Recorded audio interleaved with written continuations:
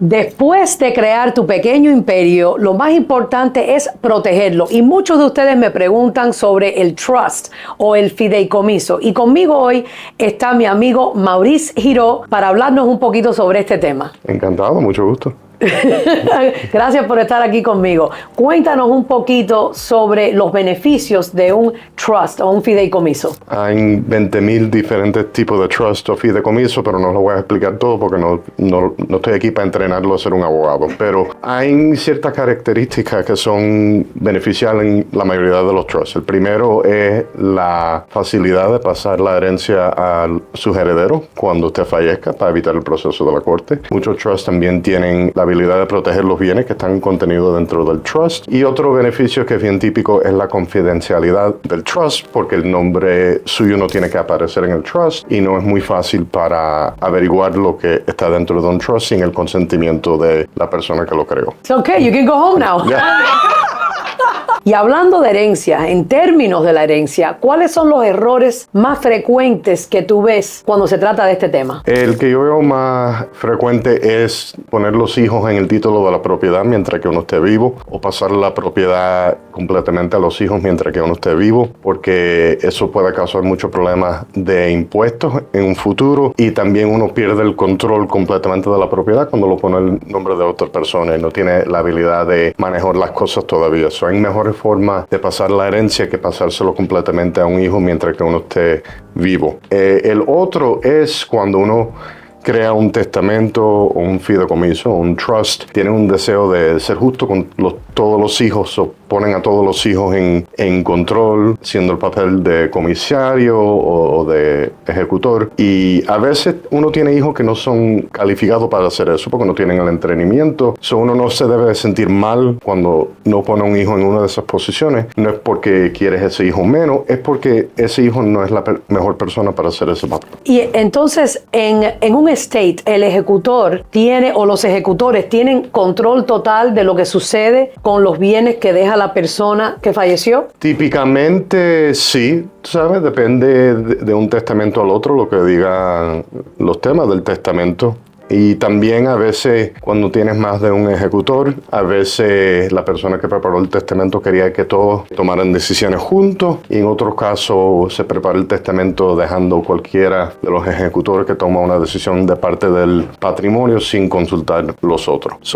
De caso a caso puede haber variedad. Ya, y para las personas, que hay muchas que compran una propiedad y no han dado los pasos para proteger esa propiedad y otros activos, ¿qué es lo primero que debe hacer alguien cuando se trata del tema de proteger sus activos, sus propiedades, sus cuentas bancarias? Bueno, lo primero es asegurar, particularmente cuando tienes una hipoteca, el banco va a pedir que saques un policy de homeowners insurance. Eso es muy importante, que entiendas el policy bien, de lo que te vaya a proteger, de lo que no te vaya a proteger. Después de eso depende de la persona. Si es alguien que es un inversionista, por ejemplo, y tiene varias propiedades, quiere tomar en consideración un fideicomiso o la creación de varias LLC para controlar las propiedades individuales. Si es alguien que es un poquito mayor de edad o que tiene problemas de salud, entonces estás mirando a diferentes tipos de trusts o diferentes tipos de seguros para proteger los bienes en el futuro en caso que uno se enferma y tenga costos médicos que sean muy caros. ¿Y qué sucede, por ejemplo, para la persona que compra una propiedad, no tiene testamento, y obviamente si es una pareja casada, en la mayoría de los casos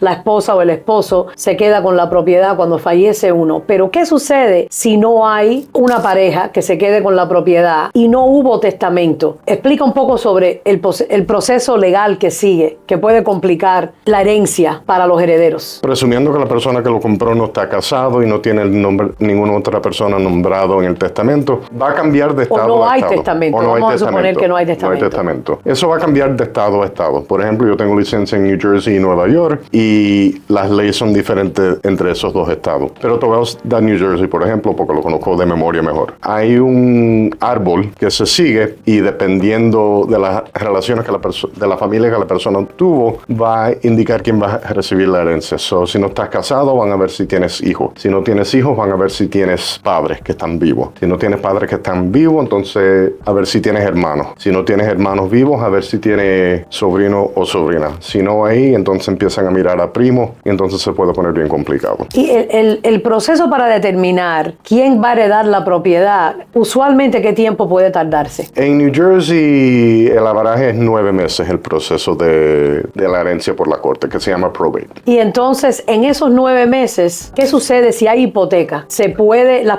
a veces tienes familia que vive en la propiedad, que no estaban en el deed. ¿Qué sucede con esa hipoteca? ¿Puede entrar en foreclosure si se demora el probate más de 9 meses? ¿El banco tiende a aceptar pagos de terceras personas? En mi experiencia, el banco acepta pagos de terceras personas en esos casos. Hay ciertas leyes que no permite al banco que acelere el préstamo si está pasando por el proceso de herencia. Eso no aplica con los reverse mortgages porque tienen reglas diferentes, y el banco, si hay un reverse mortgage en la propiedad cuando la persona falleció, sí tienen más derecho para demandar que se pague la hipoteca y exigir que se venda la propiedad. Maurice, para las personas que tienen, por ejemplo, 1 o 2 propiedades, 2 o 3 cuentas bancarias y tienen activos mínimos, no, supongamos que no tienen un portafolio extenso de bienes raíces, pero hay muchas personas que me siguen que hacen la pregunta sobre el trust o el fideicomiso. ¿Qué tú recomiendas para aquellas personas que tal vez tengan una lista de activos cortas y quieren protegerlos? Bueno, para empezar, esto no es el consejo legal que le estoy diciendo a nadie en el video, no vengan en otro día y digan que yo le di un consejo y que hizo una mala práctica.